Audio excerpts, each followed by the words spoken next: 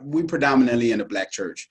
My last mentor that I had, he was an Italian guy, and his prayers, they both biblical, from my Black pastor mentors to him. He was actually one of my professors at the college I was going to. Oh, okay. I realized that when he prayed, he wasn't like, Lord Jesus, come on down. Like he wasn't charismatic. Right. He was praying to God as if we were just talking. And I was like, man, there's really a big difference. There was no theatrics or anything, and no shade to anybody who does that, but I just kind of found that different. Yeah. So when I was praying with my wife, she was thinking more about I was just gonna come off as the Black preacher, like, and she was like, whoa, like, oh, okay, like you can pray to God like you just talking, huh? I'm like, yeah, like, so Amen. I just it's emotion. There's a lot of emotionalism.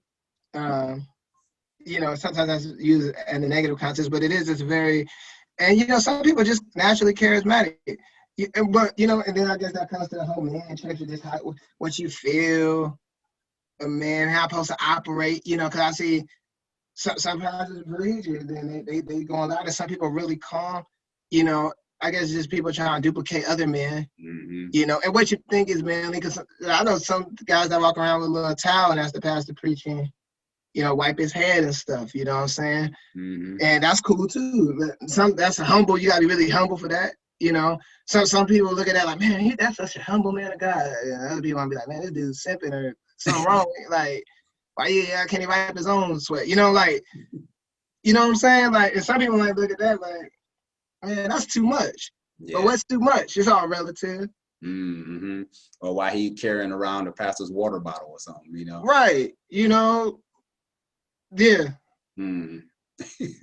Yeah, man. I was looking at from David Morrow's book, and he was talking about at least 1/5 of married women regularly worship without their husbands, and that's more of like in the church.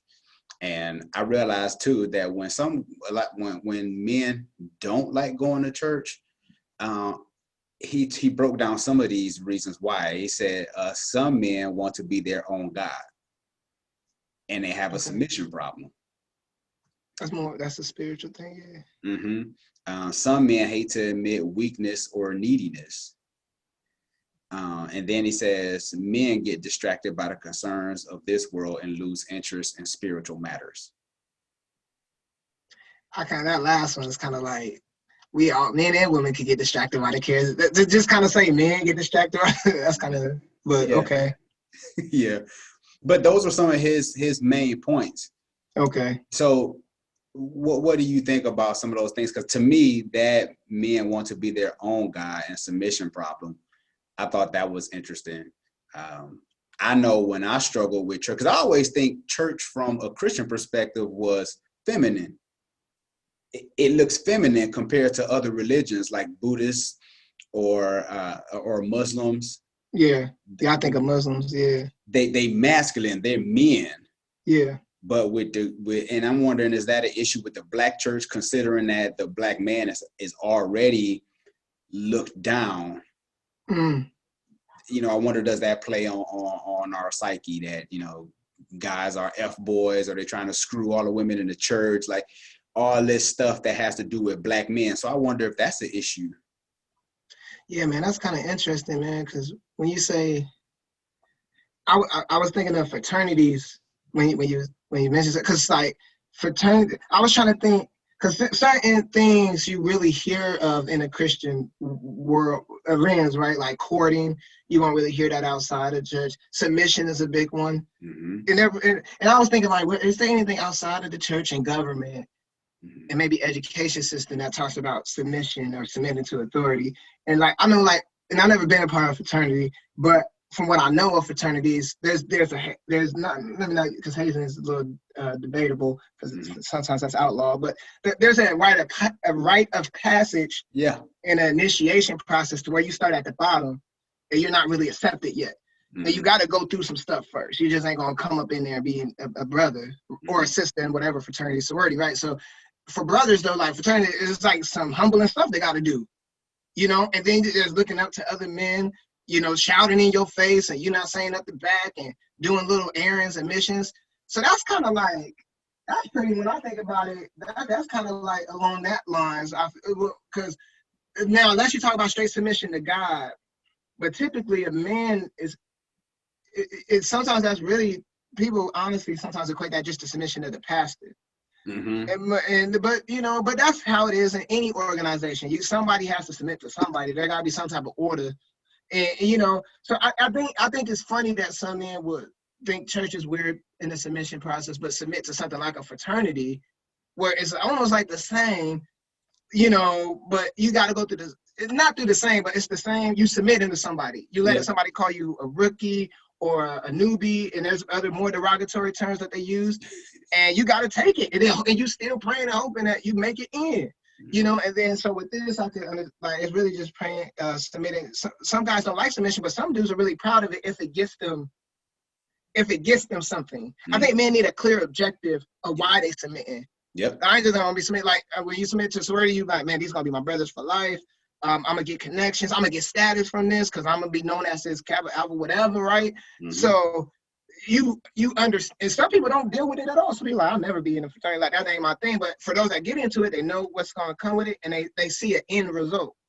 So it's like, why submit if I'm just submitting to you for what? Like, what's the benefit? We humans, like, what's the end goal of this?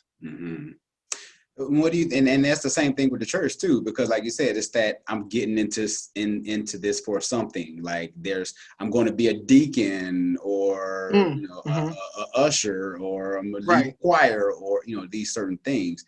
It's kind of that platform to a degree. Yeah.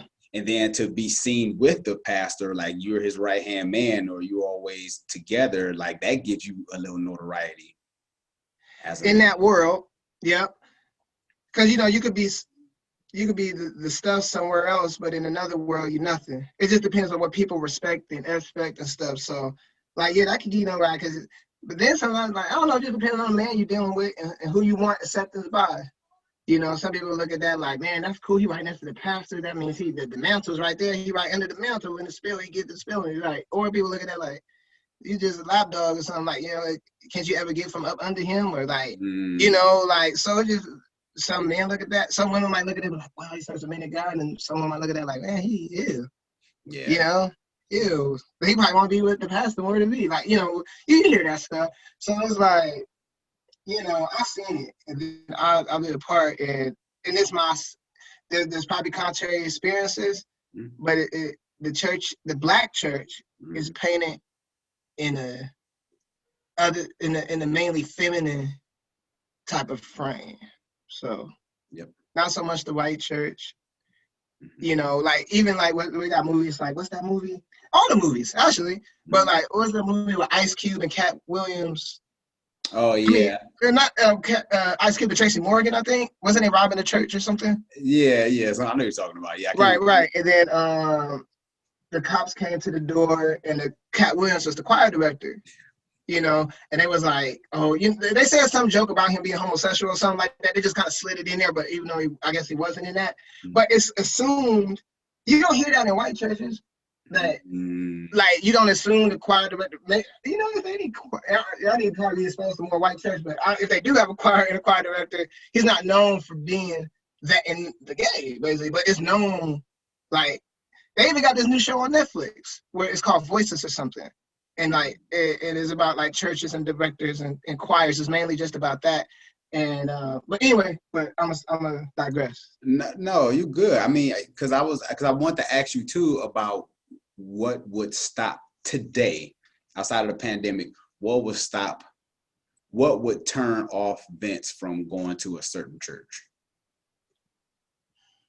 That's a tough one, man.